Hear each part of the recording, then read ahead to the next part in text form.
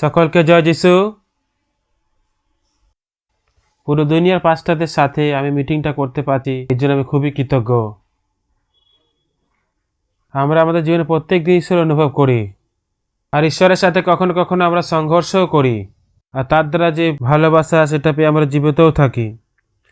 যেরকম স্বামী স্ত্রী এক অপরকে কত ভালোবাসে, কিন্তু বেশি কিন্তু সংঘর্ষ স্বামী স্ত্রীর মধ্যেই হয়। কখনো তারা খুব জেদি হয়ে যায়, আর তারা বলিদানও দেয়। তো ঈশ্বর আমাদের সাথে এরকম ধরনের সম্পর্ক আছে, আমি এটা ভাবি।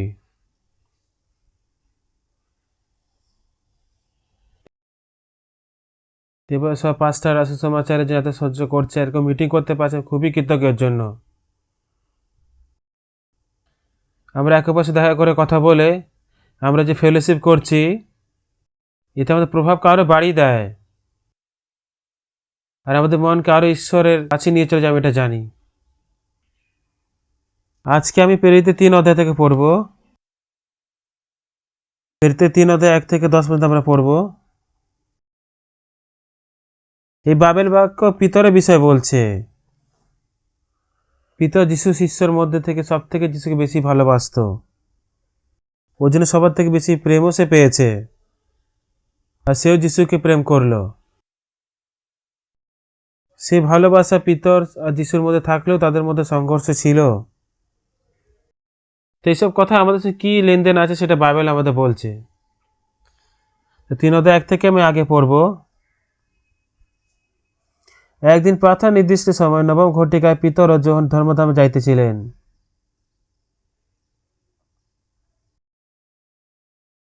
এমন সময় লোকেরা এক ব্যক্তিকে বহন করিয়া আনিতেছিল। সে মাতার গর্ভ হইতে খঞ্জ, তাহাকে প্রতিদিন ধর্মধামে সুন্দর নামক দ্বারে বসিয়া দেওয়া হইত, যেন ধর্মধামে যাহার প্রবেশ করে তাহাদের কাছে ভিক্ষা চাইতে পারে।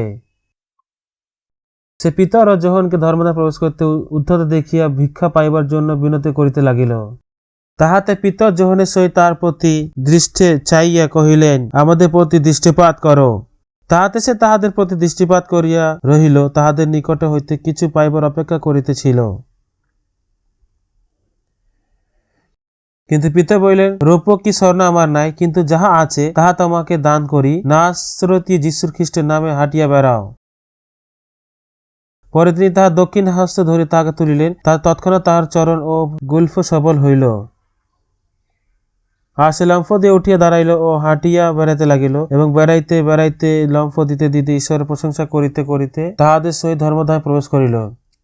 সমস্ত লোক তাহাকে বেড়াইতে ও ঈশ্বরের প্রশংসা করিতে দেখিল, আর তাহারা তাহাকে চিনিতে পারিল যে এই সেই ব্যক্তি যে ধর্মধামের সুন্দর দ্বারে বসিয়া ভিক্ষা করিত। আর তাহার প্রতি যাহা ঘটিয়াছিল তাহাতে অতিশয় চমৎকৃত ও বিস্ময়াপূর্ণ হইল। তো আমি প্রায় আমেরিকাতে যাই। আমেরিকাতে আমার ছেলে আছে, আমার নাতিরা আছে। বছরে 1-2 বার তো কমসে কম আমেরিকায় যাই। এর মানে এটা বলতে পারি যে আমি আমেরিকার বিষয়ে সব কিছু জানি। আমি তার অনুভব করেছি, অনেক অনেক রেস্টুরেন্টে আমি গিয়ে খাবার খেয়েছি, বাচ্চাদের সঙ্গে আমি থাকিও। কমসে কম 1000-1 বা 10,000-1% আমি আমেরিকাকে জানি। পিতর হয়তো যিশুর পেছনে চলতো, তার সেবা করতো, কিন্তু পিতর এটা বলতে পারতো না যে যিশুকে পুরোপুরি আমি জানি। তো আপনি আর আমরাও ঠিক এক ধরনেরই লোক। কিন্তু তো যত আমরা যিশুকে জানি তত আমরা তার আরো অনেক ঘনিষ্ঠ হয়ে যাই, আর বিশ্বাস আসে। আর যত বিশ্বাস আছে তত যিশু আমাদের মধ্যে থেকে জীবিত হয়ে কাজ করতে শুরু করে। পিতর গালিলের সমুদ্রে ওখানে যখন মাছ ধরছে তখন সে যিশুর সঙ্গে সাক্ষাৎ করিল। সে রাত ভর মাছ ধরলো, কিন্তু কিচ্ছু ধরতে পারেনি। যিশু খ্রিস্ট পিতরের নৌকায় এসে বসল। সে তাকে বলল যে তোমার নৌকাকে একটু দূরে নিয়ে যাও, যেখানে ভিড় দাঁড়িয়ে ছিল। তো যিশু নৌকার মধ্যে দাঁড়িয়ে জমিতে যারা দাঁড়িয়ে ছিল তাদেরকে বাক্য প্রচার করলো। তো সে যিশু তার নৌকাকে একটুখানি চেয়ে সেটা ব্যবহার করেছিল। আমার তো মনে হয় না সে তার ভাড়া দিয়েছে, কিন্তু সে পিতরকে বলল, তো গভীর জলে গিয়ে তুমি জাল ফেলো মাছ ধরার জন্য। কেন? কেন যিশু মাছদেরকে বলে রেখেছিল, এই তোমরা আমার কথা বুঝতে পারো না, শুনতে পারো না, যাও গভীর জলে কি খেলা করো। জানি না এরকম হয়েছে কি হয়নি। কিন্তু সেদিন সমস্ত মাছ গভীর জলেই ছিল। তো যতই দেখবেন না কেন, পিতর কিন্তু যিশুর থেকে বেশি মাছ ধরা বেশি সে জানতো। আর যিশুকে দেখে মনে হচ্ছিল যেন সে কোনোদিন জাল ধরেই নি। পিতর কিন্তু সমুদ্রকে একটা কোণ ভালো করে জানতো। সমুদ্রের বিষয়ে খুব ভালো করে জানতো, মাছের বিষয়ে ভালো করে জানতো। এই পিতর সে যিশুর কাছে মাছ ধরা শিখছে, যে কোনোদিন জীবনে মাছই ধরেনি। তা আমরা যে এখন যে দুনিয়াতে এখন জীবিত আছি, এটা এমন দুনিয়া যেটা ঈশ্বর বানিয়েছেন। যদি আপনি কেউ হন না কেন, যদি আপনি ঈশ্বরকে সঠিকভাবে জানেন, তো ঈশ্বর আপনাকে ভালোবাসে, সেই প্রেমটাকে যদি আপনি জানেন, তাহলে মন থেকে আপনি ঈশ্বরের আরো কাছাকাছি যাইতে পারবেন। তো বাচ্চারা যখন বড় হয় তখন অনেকবার তারা পিতার বিরুদ্ধে দাঁড়ায় আর তার কথা শোনে না। হ্যাঁ, এরকম হয়। এই কারণে কখনো তার বাবা তাকে বকাও দেয়, তাকে পিটাইও ধরে। কিন্তু পিতা তার বাচ্চাদেরকে খুব ভালোবাসে।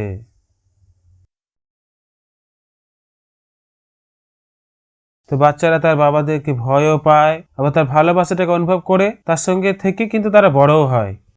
তো আমরা যে ঈশ্বরকে বিশ্বাস করি, সেই বিশ্বাসের দুনিয়া হচ্ছে ঠিক এরকম ধরনেরই। কয়েকবার আমরা ঈশ্বরের আজ্ঞার আমরা উল্লঙ্ঘন করি, কয়েকবার আমরা অপরাধ করি, কয়েকবার আমরা ঈশ্বরের বিরুদ্ধেও যাই, অনেকবার আমরা মিথ্যা কথাও বলি। তবুও আমরা ঈশ্বরের প্রেম পাইতে পাইতে আমরা থাকি। সেটা হচ্ছে তার আর আমাদের মধ্যে সম্পর্ক।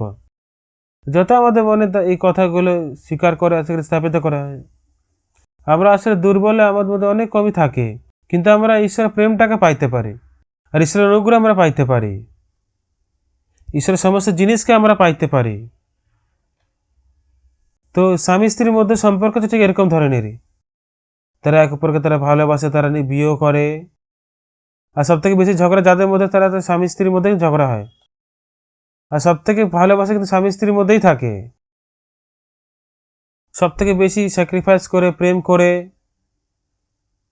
তো এইভাবে তারা পুরো জীবন একসাথে থাকবে। তারা প্রতিজ্ঞা করে, তারা স্বামী স্ত্রী না, কিন্তু তারা কখনো ঝগড়াও করে, তাদের মধ্যে ঝগড়াও কিন্তু আলাদা ধরনের হয়। তো এই সম্পর্কের বিষয়ে আমরা একটুখানি ভাবি তো, আমি স্বামীর সামনে একটু ভুল করে ফেলেছি,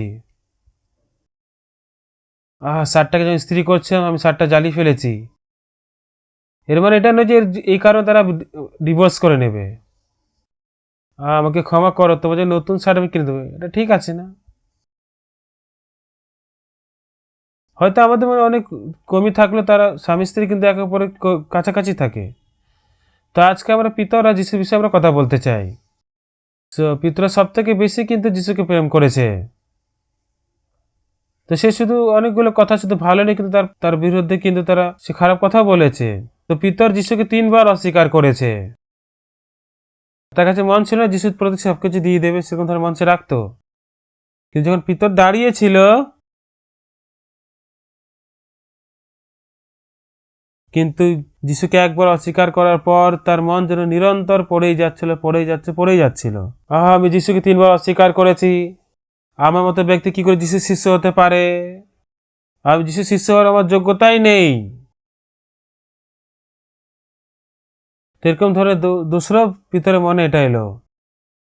পিতর ভাবলো যিশু খ্রিস্ট ক্রুশে মারা গেছেন, আর 3 দিন পর সে আবার জীবিত উঠেছেন।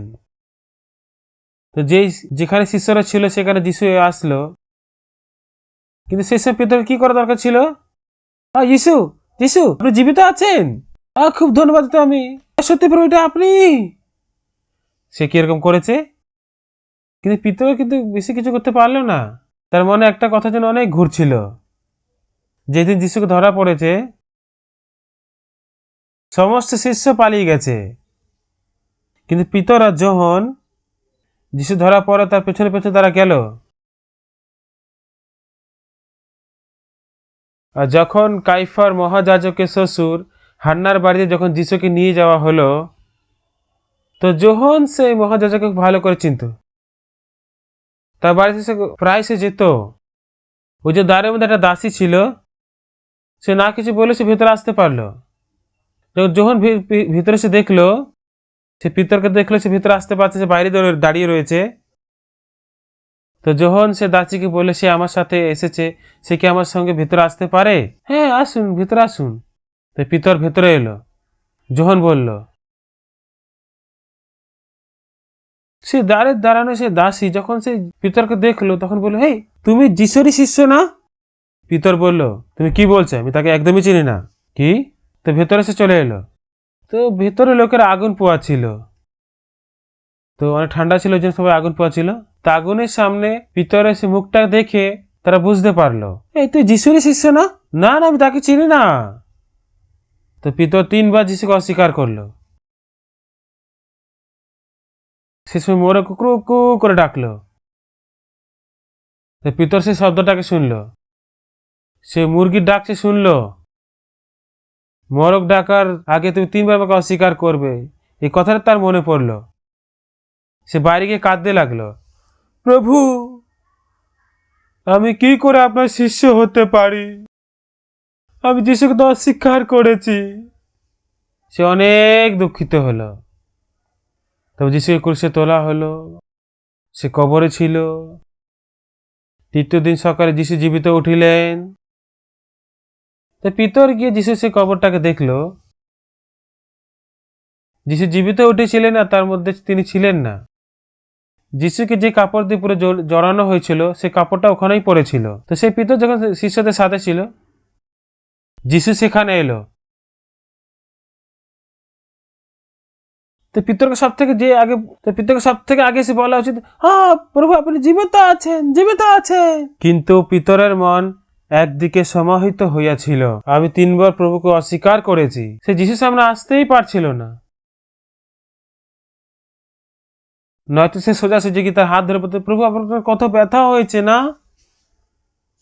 কিন্তু সে কিচ্ছু বলতে পারেনি। যিশু চলে গেল। পিতর ভাবল, আমি কোন যিশু শিষ্য হতে পারি? আমি তার শিষ্য নয়।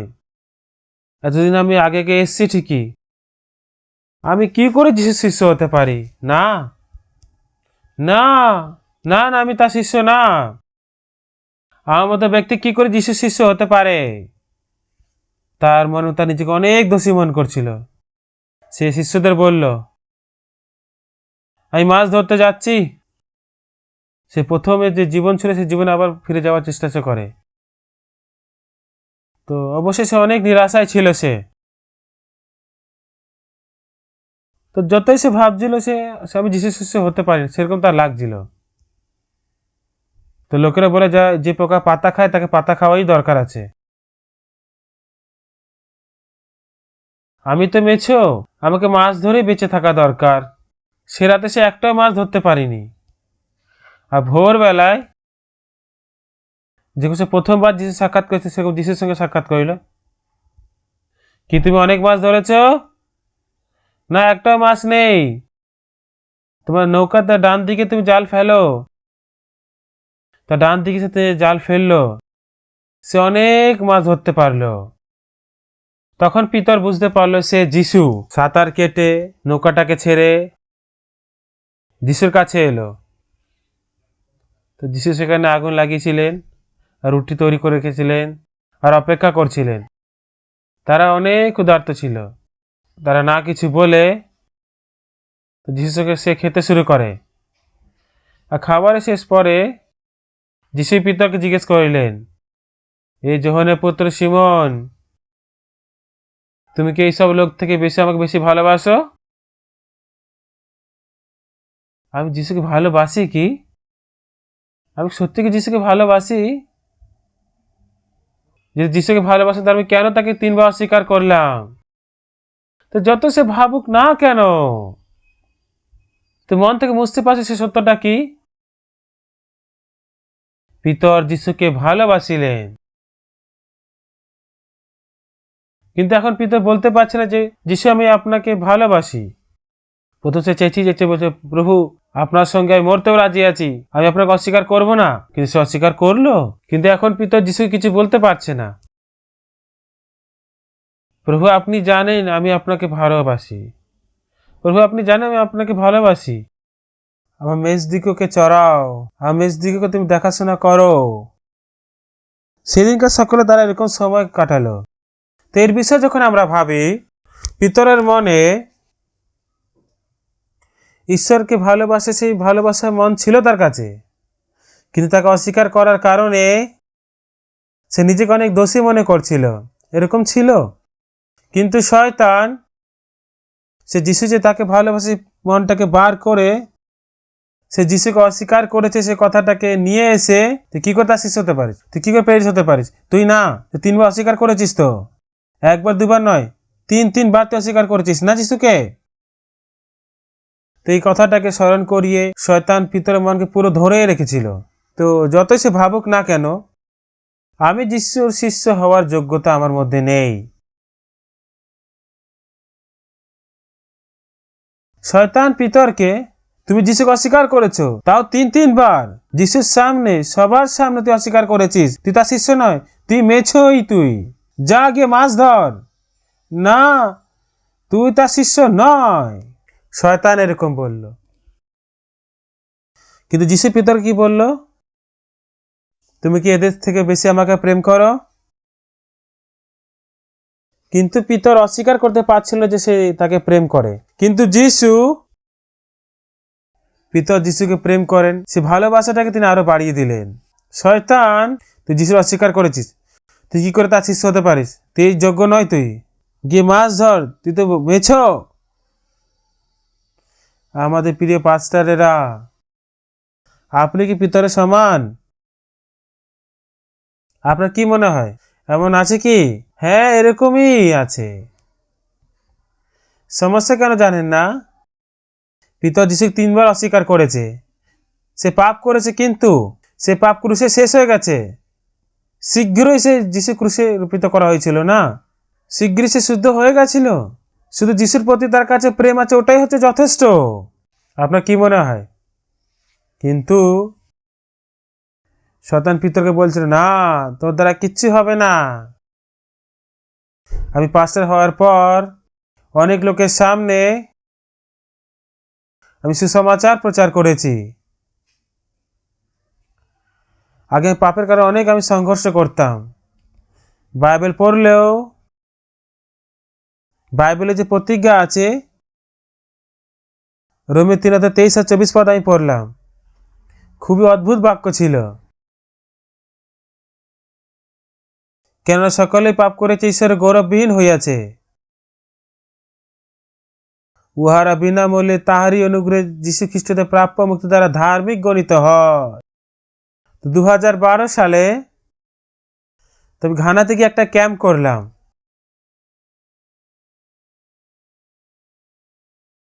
তো সেদিন সন্ধ্যায় রাষ্ট্রপতির সঙ্গে দেখা করতে পারলাম। তো রাষ্ট্রপতি যখন আমার সাথে দেখা করলো, তার মনে অনেকগুলো সমস্যা চলছিল। তো রাষ্ট্রপতি আমার কি বলল, আমাকে ঘানা সব থেকে বিশ্বাসী রাষ্ট্রপতি বলা হয়, কিন্তু আমি পাপ করেছি।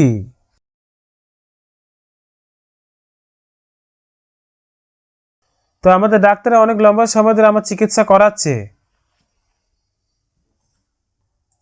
কিন্তু আমি ঠিক না, আরো বেশি আমি অসুস্থ হয়ে যাচ্ছি।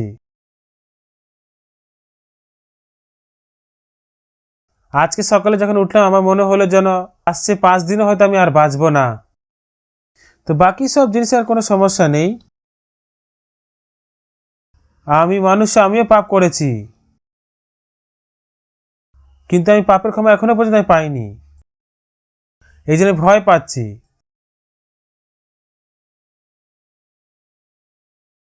রাষ্ট্রপতির বাচ্চার মতো একটা পুরো খোলা মন দিয়ে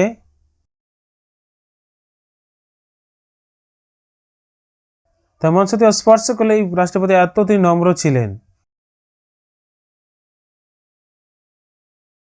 তা আজকে অনেকগুলো লোকেরা চাচ্ছে যায়, কিন্তু সবাই কি চাচ্ছে কি শেখে, তারা হচ্ছে পাপী। তা আমি এইভাবে চার্চে বড় হয়েছি, কিন্তু যখন 19 বছর বয়স হলো, তো স্বাভাবিকভাবে আমি পাপীই ছিলাম, ক্ষমা করবে বলার জন্য। আমি কিন্তু অনেক চুরি করেছি। তুমি কোরিয়ার যুদ্ধতে ছিলাম, আর অনেক পুরুষ মারা গেছিল।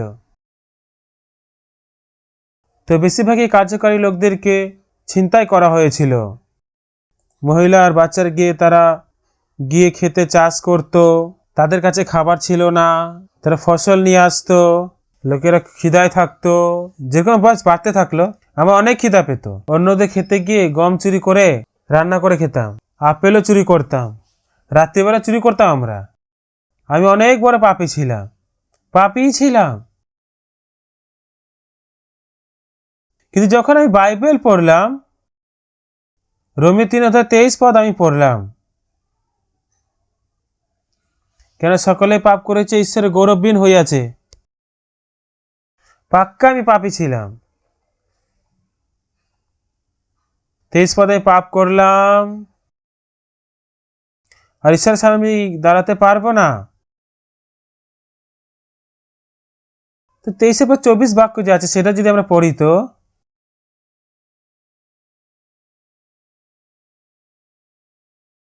উহারা বিনামূল্যে তাহারই যীশু খ্রিস্টতে প্রাপ্য মুক্তি দ্বারা ধার্মিক গণিত হয়।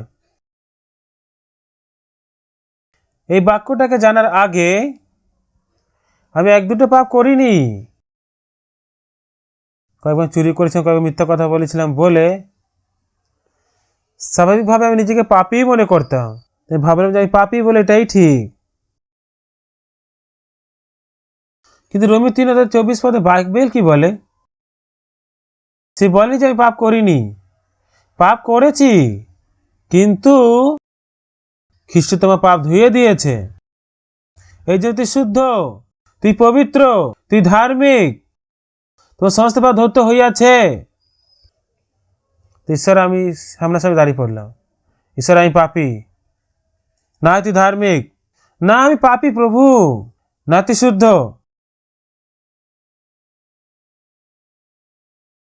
ঈশ্বর আমাকে রোমীয় 3:24 সে আমাকে ধার্মিক বলছে, পাপ স্পষ্টভাবে ধৌত হইয়াছে। এই জন্য নয় যে আমি কিছু করেছি, মজুরি দিয়েছি, কি আমি চেষ্টা করেছি। অনুগ্রহ দ্বারা বিনামূল্যে ধার্মিক গণিত হইয়াছে ঈশ্বর অনুগ্রহ দ্বারা। তা আমরা এই জিনিসের সামনে আমরা দাঁড়াই, সবাই এর সামনেই দাঁড়ায়। তো যখন 2 কানানের সেই বিবাহ ভোজে দ্রাক্ষরস কম হয়ে গেল, যিশু বললেন সেই জালাগুলোতে জল ভরে দাও। যিশু বললেন সেই জালাগুলোতে জল ভরে দাও। পরিচারকেরা পাশে বাড়ি দিয়ে জল নিয়ে সে জালাগুলোকে জল দিয়ে ভরে দিল। এখন এটা বার করে সে ভোজের প্রধানকে দাও। এতক্ষণ তাদের বলা হলো সেই জালার মধ্যে জল ভরো, তো স্বাভাবিক তারা ভরতেই হবে। কিন্তু সে জল বার করে সেই ভোজের প্রধানকে দাও, পরিচারকের মনে হতেছিল না, এ তো জল, ভোজের প্রধানকে আমাদের দ্রাক্ষরস দিতে হবে, এতে তো আমরা মার খেতেও পারি। যিশু বাক্য থেকে সেটা আলাদা ছিল।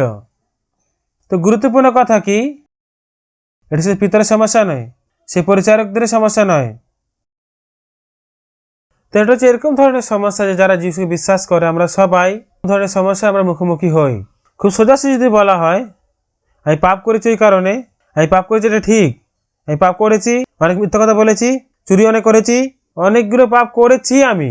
আপনার দৃষ্টিতে আমি পাপী, আমার দৃষ্টিতে আমি পাপী, ঠিক কিনা? কিন্তু যিশু আমাকে ধার্মিক বলছে। বাইবেলে পাপ ধরতেই আছে, যিশু আমাকে মুক্তি দিয়েছে। কিন্তু ঈশ্বর আমার মাঝখানে ঝগড়া হয়, তুই ধার্মিক, না ঈশ্বর আমি পাপী, তুই ধার্মিক, না আমি পাপী, এই তুই ধার্মিক, না আমার মধ্যে অনেক পাপ আছে, এরকম ঝগড়া হয়েছে। এখানে ঈশ্বর যখন জিতে যায় তখন আপনি ধার্মিক গণিত হন। যদি আমি জিতে যাই তো আমি পাপী হয়ে যাই, ঠিক কিনা? তো বাইবেলে খুব স্পষ্টভাবে কি বলা হয়েছে, এমনি এমনি নয়, আমাদের সমস্ত পাপকে যীশু খ্রিস্ট আমাদের পাপ থেকে মুক্তি দিয়েছে বলে, তিনি আমাদের পাপ থেকে মুক্তি দিয়েছে, এই জন্য আমরা ধার্মিক, এটা হচ্ছে সঠিক। ঈশ্বর বলছে আমরা ধার্মিক। তো গুরুত্বপূর্ণ কথা কি, আমার চিন্তায় বিশ্বাস করি না ঈশ্বরের বাক্যে বিশ্বাস করি? আমার চিন্তার মধ্যে চুরি করেছি, মিথ্যা কথা বলেছি, মন্দ কাজ করেছি, আমি এরকম পাপ করেছি, আমি পাপী। কিন্তু সে বলে না, তুই ধার্মিক বিনা কর্মে। ঈশ্বর ধার্মিক বলছে। রোমী 3:24 জানার আগে আমি পাপ করেছিলাম, আমি পাপী, এটা স্বাভাবিক ছিল, আমি নিজেকে পাপী বলতাম। কিন্তু যখন 24 বাক্য আমি পড়লাম, ধার্মিক গণিত হয়। তো ঈশ্বরের বাক্য সত্যি না আমার কথা সেটা সত্যি? আমি পাপী মানে কি? একটা জায়গায় কোর্টে কেস চলছিল, তো জাজ বললেন 3বার হাতুড়ি বাজিয়ে, হ্যাঁ তুমি নির্দোষ বলে তিনি বিচার করলেন। কিন্তু সে ব্যক্তি বলছে, না না আমি তো পাপী, আমি জেলেই যাব। ঠিক এরকম মতোই কাজ করা বরাবর। তাহলে যদি ঈশ্বর আমাদের ধার্মিক বলছে, তো সে আমাদেরকে এমনি এমনি ধার্মিক বলছে না। যীশু খ্রিস্ট আমাদের পাপ থেকে মুক্তি দিয়েছে বলে, তিনি ক্রুশে উঠেছেন বলে, তিনি আমাদের সমস্ত পাপের দণ্ড পেয়েছেন বলে, আমাদের সমস্ত পাপের বেতন দেওয়া হয়ে গেছে, আর কিছু বাকি নেই, ধৌত হইয়াছি। একবার পুলিশ স্টেশন থেকে আমার বাড়িতে নোটিশ এলো। কি নোটিশ ছিল সেটা? আমি গাড়ির লিমিট ক্রস করে ফেলেছিলাম, আর তার আমি সেই ফাইন আমি দিইনি। আমার পাক্কা এটা মনে ছিল যে আমি তার ফাইন আমি দিয়েছি। তখন আমি পুলিশদের সামনে গিয়ে চেঁচাতে লাগলাম, আমি তো ফাইন দিয়েছি। আমি ভাবলাম যে বাড়ি গিয়ে আমি রসিদ খুঁজে বার করবো, রসিদে স্ট্যাম্প থাকবে, এটা ভাবলাম। হ্যাঁ, যে ব্যক্তি আমার টাকা নিয়েছে আর টাকা খেয়ে নিয়েছে, এখন টাকা চাইছে, আগে তাকে আমি এমনি ছাড়বো না। ওই জন্য বাড়ি এলাম, সারাদিন খুঁজতেই থাকলাম। খুব দুঃখের কথা, আমার কাছে রসিদ ছিল না, আর কোনো উপায়ও ছিল না। তখন আবার আমাকে ফাইন দিতে হলো। তারপর পরের বার থেকে আমি রসিদ খুব মন দিয়ে রাখতে লাগলাম। তো যীশু খ্রিস্ট ক্রুশে আমাদের পাপের জন্য প্রাণ দিয়েছে, এই রসিদ, যিশুর হাতে যে কিলের ছাপ আছে সেটাই হচ্ছে সে রসিদ। তার বুকের মধ্যে যে বর্ষাতে ছাপ আছে সেটাই হচ্ছে সে রসিদ। তার মাথায় যে কাটার যে মুকুটের যে ছাপ আছে, সে ছাপই হচ্ছে সে রসিদ আমার পাপ ধোয়ার জন্য। সবাই, আপনারা কি তা সত্ত্বেও পাপী? ঈশ্বর ধার্মিক বলছেন, তবু আপনি পাপী নাকি? তবু কি আপনি পাপী? তাহলে কি যিশু কি বেকার মারা গেছে? এর মানে কি যিশু পাপ ধুয়ে দেয়নি? একটু জবাব দিন। হ্যাঁ, তিনি পাপ ধুয়ে দিয়েছেন। অনেক লম্বা সময় ধরে শয়তান থেকে ধোঁকা খেয়ে খেয়ে জীবন কাটিয়ে এসেছেন। আপনি আগে নিজেকে পাপী বলতেন না? ধরে নিন যদি আমরা পাপী, তাহলে এর মানে হচ্ছে যিশুর ক্রুশ অসফল হয়ে গেছে। শয়তান আমাদের মনে এরকম ধোঁকা দেয়, ওই জন্য নিজেকে আমরা পাপী বলে এসেছি। কিন্তু বাইবেল বলছে সে প্রাপ্য মুক্তি দ্বারা যারা যীশু খ্রিস্টতে আছে, ঈশ্বরের অনুগ্রহ দ্বারা বিনামূল্যে আমরা কিছু না করে ধার্মিক গণিত হয়। এর মানেটা কি? ঈশ্বর বলছে, পাক অক্সি তুই ধার্মিক, তুই শুদ্ধ, পাক জোসেফ তুইও শুদ্ধ, তুই ধার্মিক। তো যিশু এত সেটা যথেষ্ট না, আর কি দরকার আছে? আর কোন জিনিসের দরকার আছে? কি দরকার আছে? আর কোনো জিনিসের দরকার নেই। যিশুর রক্তই হচ্ছে যথেষ্ট। যখন যিশুকে ক্রুশারোপিত করা হয়েছে, তিনি আমাদের সমস্ত পাপ ক্ষমা করে দিয়েছেন। রোমে 4:25 পড়ব। ওখানে কি লেখা আছে?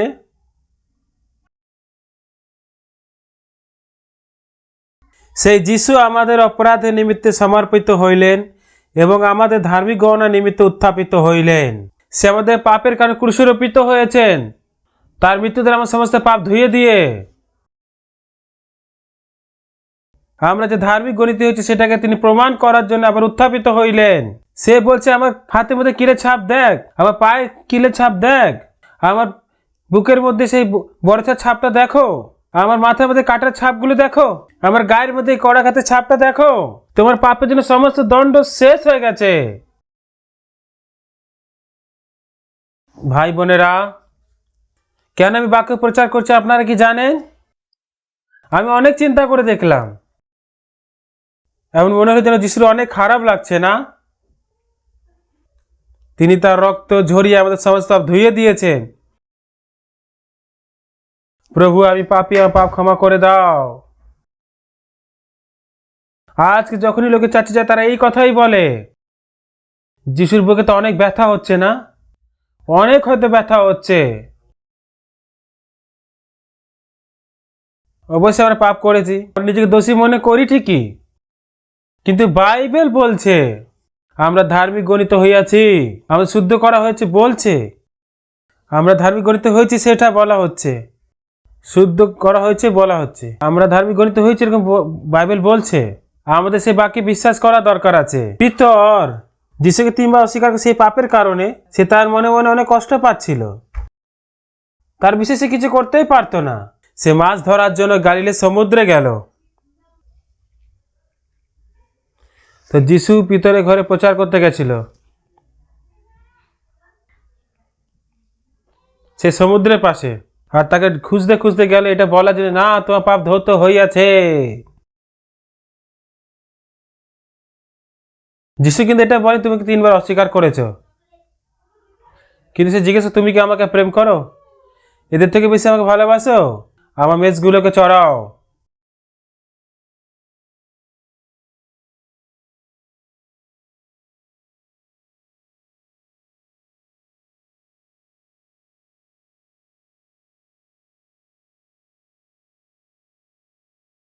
তো পিতর ভাবলো আমি যীশু খ্রিস্ট শিষ্য হওয়ার যোগ্য নয়, ওই কারণে সে মাছ ধরতে চলে গেল। কিন্তু যিশু বললো না, তুই যোগ্য আছিস, তুই হচ্ছিস পালক, তুই মেষগুলোকে চড়া। তো পিতর ভাবছিল আমি কোনো ভুলভাল শুনছি না তো। এই জন্য 3 বার যিশু 3 বার সেটা রিপিট করলেন, আর মেষগুলোকে চড়া, আমার মেষগুলোকে তুই খাওয়া। তুই কি এদের থেকে আমাকে বেশি প্রেম করিস? তারপর ক্রুশের রক্তের দ্বারা যিশুকে যে অস্বীকার করেছে সে পাপটা ধুইয়ে দিয়েছে, পাপের ক্ষমা পেয়েছে। তখন সে বুঝতে পারলে হ্যাঁ ঠিক, আমি ধৌত হইয়াছি, আমি তো বেকার শয়তান থেকে ধোকা খেলাম। তখন থেকে নিডরভাবে সুসমাচার প্রচার করতে লাগলো। পেন্তেকোস্তের দিনে পবিত্র আত্মা নেমে আসলো, পিতরের উপরে পবিত্র আত্মা আসলো। আর যদি পিতরে পাপ থাকতো তাহলে পবিত্র আত্মা তার মধ্যে আসতো না। কিন্তু যিশু ক্রুশের মধ্যে তাকে অস্বীকার করা পাপকে, সমস্ত পাপকে ধুয়ে দিয়েছে। আমেন। এর জন্য সে ধার্মিক। আমি সে যিশুকে বিশ্বাস করেছি। এখন পিতরের মনে যিশুর বাক্য চলে এলো, আমার মেষগুলোকে চড়া। কিন্তু যেদিন পেন্তেকোস্তের দিন যে পবিত্র আত্মা আসলো, পিতরের দ্বারা অনেক লোকেরা বাক্য শুনে তারা উদ্ধার পেল। এখন পিতরের মন যিশুর মন সাথে এক হয়ে গেছে। কিছু সময় আগে সে বলছে না আমি তাকে অস্বীকার করেছি, আমি তার শিষ্য হতে পারি না। তাহলে কি পিতর পাপী?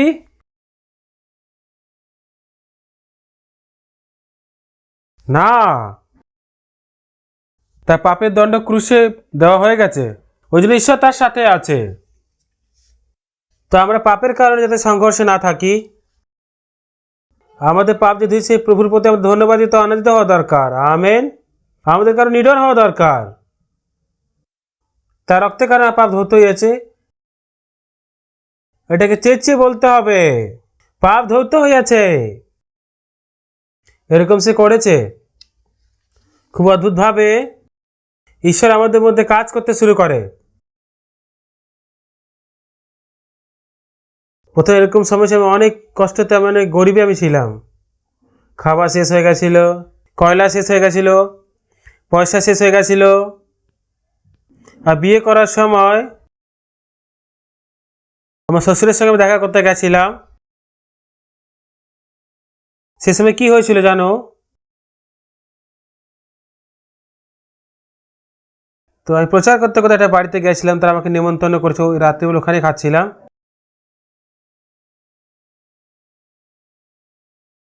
তো তখন পা ধোয়ার জন্য বাথরুমে আমি গেলাম। সকালে আমার পা ধুয়েছিলাম বলে আমার পা পুরো কালো পড়ে গেছিল। কেন এত নোংরা? তাড়াতাড়ি সেটা আমি ধুয়ে নিলাম। পরে বুঝতে পারলাম যে আমার জুতোর নিচে একটা ফুটো হয়ে গেছে। আর ক্ষমা করবেন, সেই সময় আমি গাড়ির থেকে বেশি হাঁটতাম, আমার জুতো তলা পুরো ফুটো হয়ে গেছিল। তো আমার জুতো পুরো ফেটে গেছিল। তখন আমি ঈশ্বরের সামনে প্রার্থনা করলাম, ঈশ্বর আমার একটা জুতো দাও। তো যে ঘাচাঙ্গে ছিলাম সেখানে একটা হাই স্কুলে পড়তে একটা ছেলে ছিল। সেই ছেলেটা পাপের ক্ষমা পেয়ে আমার পেছনে অনেক সে আসলো। কিন্তু বিয়ে করার এটা আগের সময় ছিল। তো সেই ছাত্রটা আমাকে একটা কপি আর একটা পার্সেল পাঠিয়েছিল। তখন সেই ছেলেটা সেনাতে অফিসার হয়ে গেছিল। সে বললে এবার সেনাতে সে এক নতুন জুতো পেয়েছে, কিন্তু তার কাছে একটা জুতো ছিল। তখন তার আমার কথা মনে পড়লো। তখন তার জুতো আমাকে পাঠিয়ে দিয়েছিল। সে আমার পায়ের সাইজ জানতো না। সে বললো আমি আশা করি যে আপনার পায়ে ফিট হয়ে যাবে। ওই জন্য সে একটা চিঠি লিখে পাঠালো। সেই চিঠিটাকে পড়ার পর আমি বক্সটা খুললাম। আর খোলার সময় বললাম যে আমার পায়ে পুরো ফিট হবেই। কেন? হয়তো সে আমার সাইজ জানে না, কিন্তু ঈশ্বর আমার সাইজ ভালো করে জানে। তো পুরো ফিট হবেই। আর ও পুরো পায়ে ফিট হয়েই গেল। হয়তো সে ভাই দিয়েছে, তাই বিশ্বাস করে ঈশ্বর আমাকে দিয়েছে। শুধু পুরো সমস্ত জিনিস আমি ঈশ্বরের উপর নির্ভর জীবিত থাকলাম। তো আমি বিয়ের আগে আমার সে হবু স্ত্রী, সে হবু শাশুমার সঙ্গে আমি দেখা করতে গেলাম। তখন আমি অনেক কষ্টে থাকতাম। আমার শাশুড়ি সেটা জানতে পারলো। তিনি বলে আগেই তুমি কিরকম বেঁচে থাকবে? আমি বললাম ঈশ্বরের নির্ভর বিশ্বাসে জীবন কাটিয়েছি। তখন আমার শাশুড়ি আমাকে কি বললো, এখন তুমি তো একলা আছো,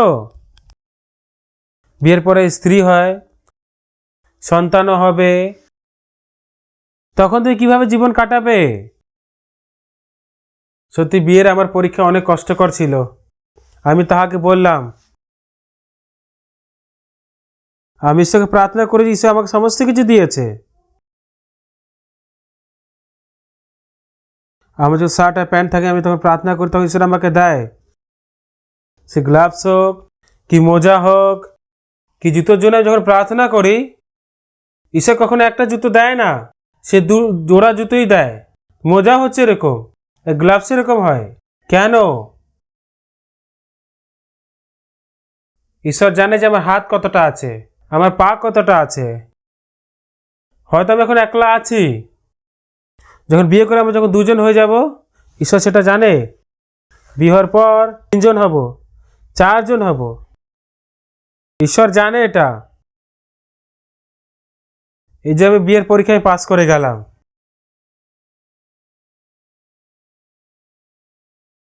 তো আমার বিয়ে হওয়ার পর দুনিয়ার সব থেকে সুন্দর মেয়ে উনসুক জন্ম নিল। তো উনসুকের জন্মের পর তো প্রথমে আমার জন্মদিনে, তো জন্মের দিনের আগের দিন আমরা দেগুতে থাকতে গেলাম। সে সময় আমরা অনেক গরিব ছিলাম। তো পরের দিন কোরিয়ার সে নতুন বছর ছিল। তো শাশুড়ি আমার বাড়িতে এলো 1 মাস আগেই। তো যখনই সে আসতো যা কিছু লাগতো সে কিনে কিনে নিয়ে আসতো, আর পয়সাও নিয়ে আসতো। এমনকি যাওয়ার সময় যে ট্রেনের টিকিটের পয়সাও সেই নিজেরটাই সে ব্যবহার করত। তার সমস্ত পয়সা শেষ হয়ে গেল। সত্যি আমরা অনেক কষ্টে ছিলাম।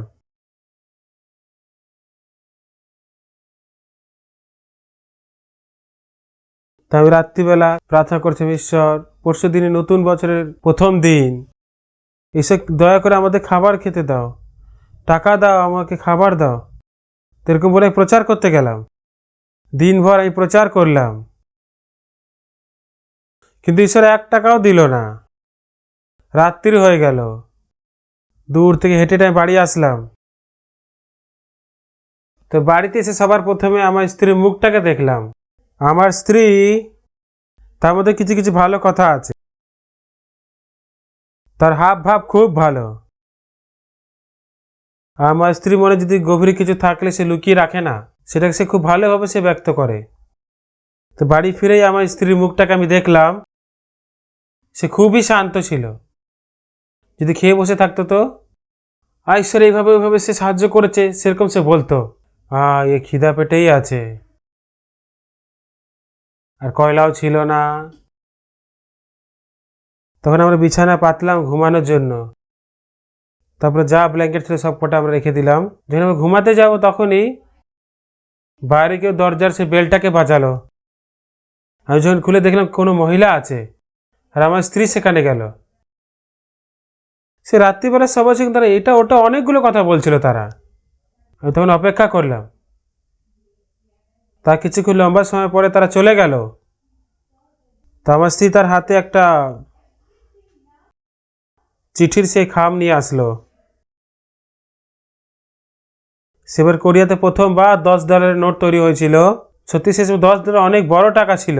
আমার স্ত্রী সেই খামটা নিয়ে সে বলতে লাগলো। কি বলল সে? সে এক কলেজের প্রফেসর, আমাদের চার্চে আসতো সে। পরের দিনে নতুন বছরের দিন ছিল। সেদিন দুপুরবেলা তার বাচ্চারা সবাই তার স্বামীর বাড়িতে গেছিল, আর তাকে কলেজের কাজের জন্য থামতেও হলো। সেখানে থেকে সমস্ত ঘর বিছানা সে পরিষ্কার করলো। আর রাত্রিবেলা খেয়ে, আর সত্যি সেটা বছরের শেষ দিন ছিল। তো বছরের শেষ দিনে সে একা বসে প্রার্থনা করতে চেয়েছিল। তো প্রার্থনা করছিল, কিন্তু ভেতর থেকে সে পয়সাটা গিয়ে 5 টাকা দিয়ে আসো, নিরন্তর তার মনে কথা কেউ বলছিল, ঈশ্বর এই 5 টাকার ঘর জানি না, এটা রাত্রিবেলা, পরদিন সকালে গিয়ে আমি দেব। সে প্রার্থনা করছিল, সে প্রার্থনা করতে পারছিল না। অনেক প্রার্থনা করার চেষ্টা করাতে করতে পারলো না। ওই যে পয়সাগুলো খামে রাখলো আর ব্যাগের মধ্যে রেখে সে রাস্তায় বেরিয়ে আসলো। এলাকা পার করে সে রাস্তার মধ্যে যে আসলো, তা আমার চাচাটা ভাই যাচ্ছিল ওখান থেকে। ভাইলি ভাইলি নমস্কার, আপনি 5 টাকা বাড়ি চেনেন? হ্যাঁ আমি জানি। তখন এইভাবে এসে টাকা দিল আমাদেরকে। সেই খামটাকে ধরে আমরা অনেক ধন্যবাদ দিতে হলো। আমার শাশুড়ি পর্যন্ত কাঁদতে শুরু করলো। সত্যি ঈশ্বর কীভাবে আমাদের সাহায্য করে সেটা আমরা দেখলাম। সত্যি আমার স্ত্রীর সাথে অনেক উৎসাহিত হয়ে গেলাম। তারপর দোকানে গিয়ে সেই জিনিস কিনলো। আমার স্ত্রী বেশ জিনিসগুলো তুলে তুলে খাচ্ছিল। সে সময় কোনো ভুলতে পারবো না। হ্যাঁ, মুশকিলের দিন ছিল, কিন্তু ঈশ্বর সঠিকভাবে আমার ছোট ছোট জিনিস আমাকে সাহায্য করেছে। যখন আমার স্ত্রী বাচ্চাকে জন্ম দিল, ওখানে আমাদের কাছে টাকা ছিল না। চাচা যদি ফোন করতাম, তারা হয়তো সাহায্য করতো, কিন্তু আমি ঈশ্বরের উপর নির্ভর হতে চেয়েছিলাম। আমি মানুষের উপর আমি আমি অপেক্ষা করতে চেয়েছিলাম। রাতে যখন 11টা বেজেছিল, আমার স্ত্রীর পেটে ব্যথা হতে শুরু করলো। হাসপাতালে যাওয়ার পয়সা ছিল না, 10 পয়সা পর্যন্ত ছিল না। আমি প্রার্থনা করলাম, ঈশ্বর আমি কি করবো এখন? অনেক রাত হয়ে গেছে। প্রথমবার বুঝতে পারলাম, তা আমার স্ত্রী পেটে ব্যথা ফিটনেসের মতো হয়। তার মানে যখন বাচ্চা জন্ম খুব কাছে থাকে তখন অনেক জোর ব্যথা হয় ওখানে। আর ভোর হলো, যদি বাচ্চা হয়েছে তাহলে কি করব? আমি চার্চের ডেকান বা কিছু কাউকে আমি জানাতে চেয়েছিলাম। এমন মনে হচ্ছে তারা এসে আমাকে সাহায্য করবে, কিন্তু আমি ঈশ্বরের জন্য অপেক্ষা করতে চেয়েছিলাম। ভোর হলো, সকাল হতে লাগলো, কিন্তু সকাল সকাল একটা মহিলা বাড়িতে এলো। সে আমাদের বাড়ি জানতো না, সে জিজ্ঞেস করে করে সে আসলো। আমাদের চার্চে এসে পাপের ক্ষমা পেয়ে শুধু 1 সপ্তাহই হয়েছিল। কিছু তো বলার জন্য সকাল সকালবেলা সে আমার স্ত্রীর কাছে এসেছিল। যখন সে রুমে আসলো, সে আমার স্ত্রীকে ব্যথার মধ্যে দেখলো। আর প্রথম শব্দ কি বললো সে?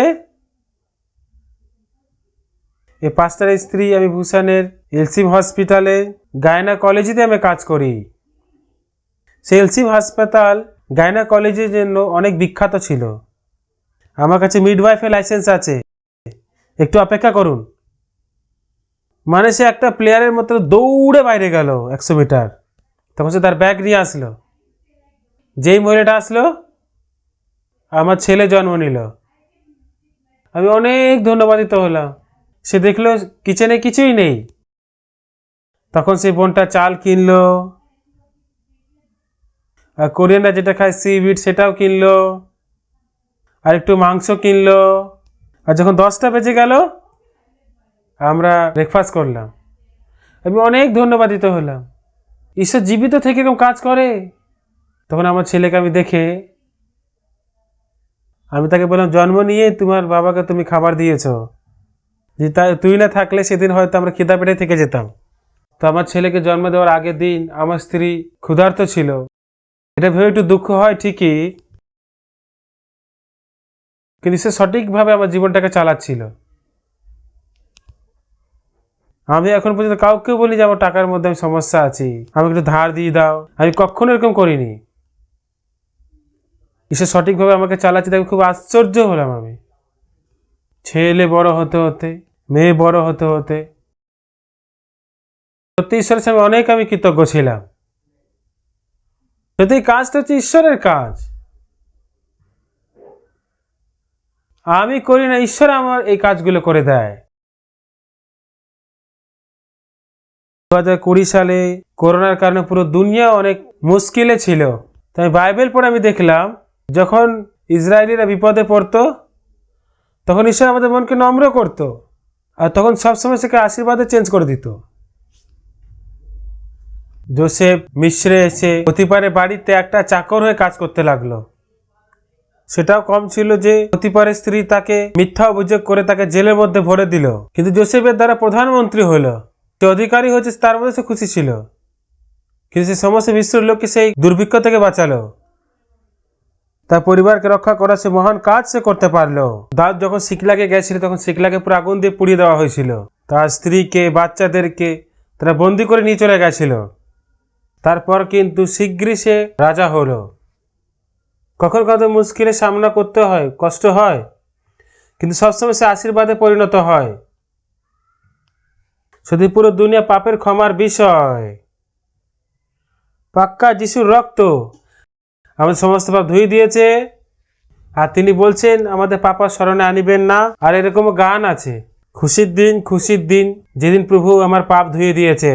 এই গানটা করার পরেও না, এরকম নয়। বাইবেল পড়বেন তো আমরা ধার্মিক, এটাই সঠিক, আমাদের পাপ ধৌত হইয়াছে, আমরা ধার্মিক করিতে হইয়াছি। ঈশ্বর বলছে তিনি আমাদের পাপ স্মরণে আনিবেন না। নিরন্তর আমি কথা বলে এসছি অনেক বছর থেকে। এই 2020 বছর সত্যি অদ্ভুত ছিল। এপ্রিল মাসে ইস্টারের সময় তো করোনার কারণে আমরা অনলাইনে সভা করলাম।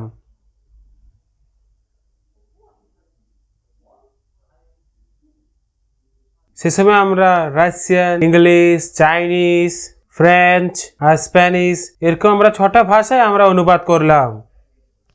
প্রত্যেকটা সেকশনে 20 লক্ষ লোকেরা এসেছিল। আমি বিশ্বাস করতে পারছিলাম না, এটা ঈশ্বর করেছিল।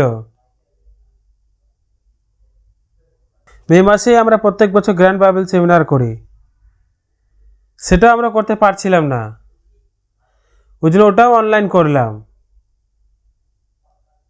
আমাদের মিশনে কমসে কম 100 থেকে বেশি মিশনারি পুরো দুনিয়াতে কাজ করছে। সেই মিশনারিরা গিয়ে টিভি চ্যানেলে কথা বললো, আপনারা কি পাস্টার পাকের প্রচারটাকে প্রসারণ করতে পারবেন? তখন 276 খানা টিভি চ্যানেল সেটাকে প্রসারণ করলো।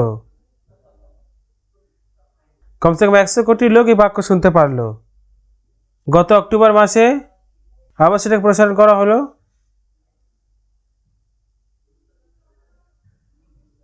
তখন 655 খানা টিভি চ্যানেল সেই বাক্যকে প্রসারণ করলো 200 কোটি লোকের জন্য। যিশুর রক্ত আমাদের পাপ ধুয়ে দিয়েছে, এরকম আমি বলেছি। অনেক লোক এই বাক্য শুনে তারা আশ্চর্য হয়ে গেল, তাদের মনে খুব স্পর্শ করলো। ঈশ্বরের কাজ করছে কথা আমি খুব বড়ভাবে জানতে পারলাম। যখন ঘুম থেকে উঠি কম্পিউটারের মধ্যে যারা পাপ থেকে ক্ষমা পেয়েছে অনেক এরকম টেস্টিমনি আছে। শুধু কি পিতরই ভুল করেছে? শুধু কি পিতরই যিশু 3 বার অস্বীকার করেছে? আমি যে প্রভুর সামনে দাঁড়াই, আমি যদি প্রভুর সামনে দাঁড়াই, আমারও মধ্যে অনেক লজ্জা বিষয়, অনেক পাপ আছে, কিন্তু ঈশ্বর বলছে সে আমার পাপ স্মরণে আনবে না, আর সে আমাকে ধার্মিক বলছে। ঈশ্বর হচ্ছেন বিচারকর্তা। যদি ঈশ্বর ধার্মিক বলে তো তাহলে আমরা ধার্মিক, আমরা পাপী নয়, আমরা ধার্মিক। এই সুসমাচারকে প্রচার করলাম। ঈশ্বর মানব জাতিকে অনেক আশীর্বাদ করেছে, সত্যি খুব স্পর্শ করলো আমাকে।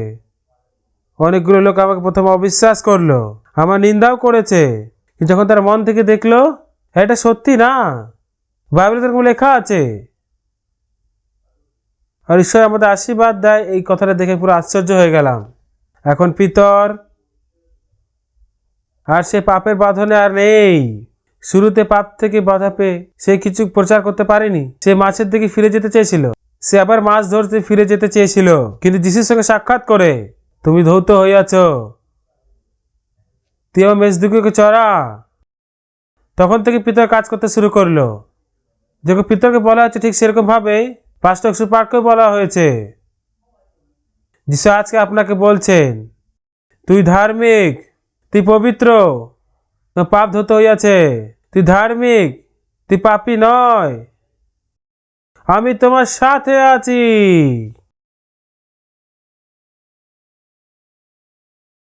এখন আর পিতর যে যিশুকে 3 বার স্বীকার করেছে সেই কথার সে বাঁধনে নেই। যিশুর রক্তের সামর্থ্যে সে শক্তি পেয়েছে। হ্যাঁ প্রভু ঠিক, আমি ধার্মিক, আমি ধার্মিক, আমি পবিত্র, হ্যাঁ আমি পাপ করেছি, কিন্তু আপনি সেটাকে বরফের সমান পুরো পরিষ্কার ধুয়ে দিয়েছে, আর আমি কথায় বিশ্বাস করলাম। আর প্রভু আমার সাথে কাজ করছে। আর তারপর মন্দিরের সামনে বসা এই ল্যাংড়া ভিক্ষা চাচ্ছিল। ভিতর বলে আমার দিকে তাকাও, আমাদের দিকে তাকাও। এ দেখতে বলছে এ টাকা দিচ্ছে নাকি? ভিতর বলল সোনা আর রৌপ্য আমার কাছে নেই, কিন্তু যার কাছে যা আছে আমি তাই তোমাকে দিচ্ছি। নাস্তিতে যিশুর নামে তুমি হাঁটিয়া বেড়াও। কেন? কেন যিশুর মধ্যে ঈশ্বরের যে পবিত্র আত্মা আছে সেটাকে পিতরও বিশ্বাস করে স্বীকার করেছে। সে যিশু পিতরের ভেতরেও আছে। যেরকম যিশু কাজ করছে ঠিক এরকম ভাবেই পিতরও সেই ল্যাংড়া ব্যক্তিকে তুলতে পারলো। আমি সে যিশু সমান হয়ে, পিতরের সমান হয়ে অনেক লোকেরা রোগ থেকে ঠিক হলো, আর অনেক চমৎকারও আমরা অনুভব করেছি। ঈশ্বর আপনার সবার জন্য, সে বলছে তুমি হচ্ছে ছোট যিশু। যিশুর উপরে যে ঈশ্বরের আত্মা আছে সেটা তোমার মধ্যেও আছে। আমি তো পাপ ধুয়ে দিচ্ছি, এটা স্বীকার করো। তুমি যে ধার্মিক সেই কথা স্বীকার করো। প্রথম তুমি এরকম ছিলে না, কিন্তু যিশুর বাক্য হচ্ছে এরকম, যখন ওটা স্বীকার করে তখন যিশুর দৃষ্টিতে আমরা ধার্মিক। হয়তো আমরা নিজেকেও দেখলেও আমরা ধার্মিক। যিশুর দ্বারা আমরা এক হয়ে গেছি তার সাথে। যে কাজ যিশুর মধ্যে থেকে হয় ঠিক এইভাবে আমাদের মধ্যেও সেটা প্রকাশ পায়। হালেলুয়া। পিতর বলল সোনা ও রূপা আমার কাছে নেই, আমার কাছে যা আছে আমি সেটা তোমাকে দিচ্ছি। নাসরিত যিশু খ্রিস্টের নামে হাঁটিয়ে বেড়াও। আমেন। আপনিও পিতর, আপনার মধ্যে কিছু কিছু কমি আছে, হ্যাঁ আমাদের মধ্যে ভুল আছে, সেটা যদি দেখবেন তাহলে কাজ করার শক্তি পাবে না, ঠিক কি না? আপনি নিজেকে দুষ্টই বলতে চান আপনি, কিন্তু না, যিশু পুরো ধুই দিয়েছে।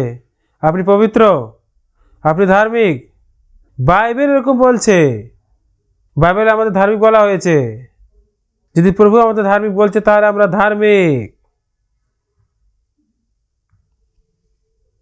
আমাদের আর যিশুর মধ্যে একটা পার্থক্য আছে। যিশু পাপ করেনি তবু সে ধার্মিক, আমরা পাপ করার পরেও আমরা ধার্মিক। আমেন। ধার্মিকতা তো একই রকমের হয় না। সে যিশু আপনার মধ্যে আছে, এখন থেকে আপনিও বিশ্বাস করুন, প্রভু আমার সাথে আছে, এই জন্যই সে আমার পাপ ধুয়ে দিয়েছে। এই কথা বিশ্বাস করেছি, স্বীকার করেছি, আর প্রভু আমার মধ্যে আছে। এখন থেকে এই বিশ্বাসটা যদি আপনি রাখেন, তো যিশু আপনার মধ্যে কাজ করবে, আপনার সেবাতে, আপনার প্রচারে। আপনি যে বাক্য বলবেন, যিশু জীবিত থেকে কাজ করবে। Amen, amen. আর আপনি নিজেকে আর দেখবেন না, আর সে নিজেকে দুষ্ট দেখবেন না। যদি আপনি কতই সুন্দর হন না কেন, নিজেকে দেখবেন না, যিশুকে দেখুন। আমেন। আমাকে দেখবেন না। হয়তো পাস্টার জোসেফ দেখতে সুন্দর আছে, কিন্তু ওনাকে দেখবেন না। আমি যিশুর সাথে আছি। আমার মনে আমি যিশুর বাক্যকে স্বীকার করলাম। আমি যিশুর সাথে এক আছি, আমার মধ্যে যিশু আছে। হয়তো আমি কিছু করতে পারি না, স্বর্ণ ও রূপত আমার কাছে নেই, কিন্তু যা আমার কাছে আছে সেটা আমি তোমাকে দিচ্ছি।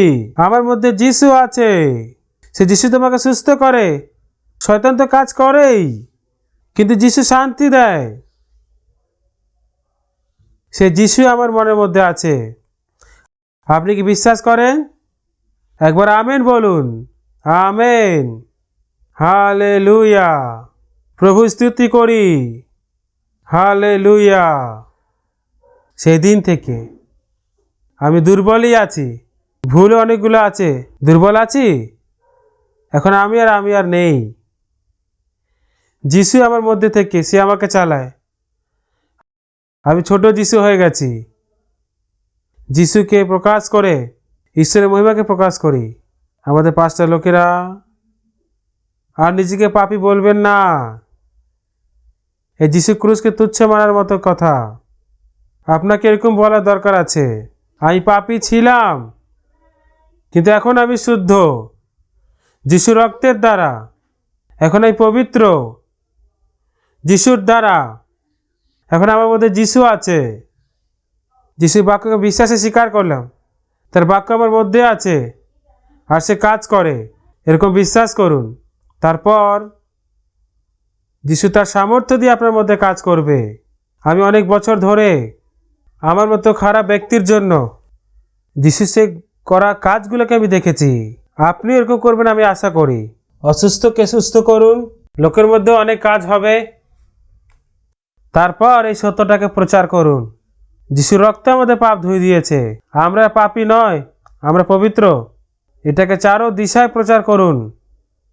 তার যিশু বলল, হ্যাঁ তুই ভালো কাজ করছো, তুমি খুব ভালো কাজ করছো, তাড়াতাড়ি এদের নাম জীবনের পুস্তকে লেখো। হালেলুয়া।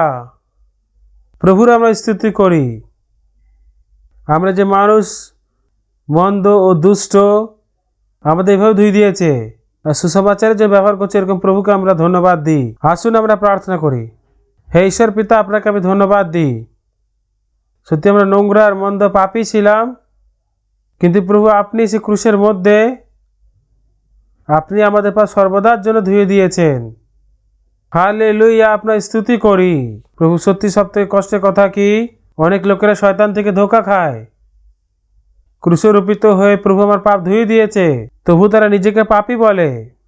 তারা যদি সত্যটাকে জেনে ক্রুশে যিশু রক্ত আমাদের পাপ ধুয়ে দিয়েছে, এটাকে বিশ্বাস করে পাপ থেকে মুক্তি পেয়ে যিশুর সাথে এক হয়ে যিশুর দ্বারা জীবন কাটিয়ে তারা যাতে ফল আনতে পারে। প্রভু পাস্টারদের সেবার মধ্যে প্রভু আপনি প্রকাশিত হন, আর পাপের ক্ষমা কাজ যাতে তার জীবনে আসতে পারে। এরকম সেমিনার দেওয়ার জন্য আপনাকে ধন্যবাদ দিই। সত্যি যে আমরা যে খারাপ মানুষ, ঈশ্বরের অনুগ্রহ দ্বারা সুসমাচারকে বলতে পারছি, তাই ধন্যবাদ দিই। আশীর্বাদ করুন। যিশু খ্রিস্টের নামে আমি প্রার্থনা করি। আমেন। সবাইকে খুব খুব ধন্যবাদ। थियोलॉजी स्कूलों की स्थापना यीशु मसीह के साफ सुसमाचार को प्रचार करने वाले लोगों को तैयार करने के लिए की गई। उन्हें बाइबल के सत्य सिखाने और परमेश्वर पर अटूट विश्वास बनाने के लिए डिजाइन किया गया था। मगर जैसे समय बीतता गया, थियोलॉजिकल संस्थाओं ने मनुष्य के विचारों को परमेश्वर के वचन के ऊपर रखा। अब समय है कठोर और सिद्धांतों पर आधारित थियोलॉजिकल पाठ्यक्रम के परे देखकर बाइबल के सच्चे अध्ययन की ओर लौटे, जो हमारे मन में विश्वास उभार कर हमारी आत्माओं को दृढ़ कर सकता है। गहरे व्याख्यान, दिलचस्प छात्र संचालित प्रोजेक्ट्स और छात्रों और अध्यापकों के साथ मन की संगति के द्वारा गुड न्यूज थियोलॉजी स्कूल वास्तविक, लचीला और किफायती वचन का सुव्यवस्थित अध्ययन प्रदान करता है। गुड न्यूज थियोलॉजी स्कूल एक ऐसी जगह है जहां भविष्य के सुसमाचार के प्रचारक पाप और निराशा में अटके हुए लोगों को यीशु मसीह की ज्योति का प्रचार करना सीखते हैं। आज ही रजिस्टर करें और जहां कहीं भी क्यों ना हो, मसीह के मिशनरी बने।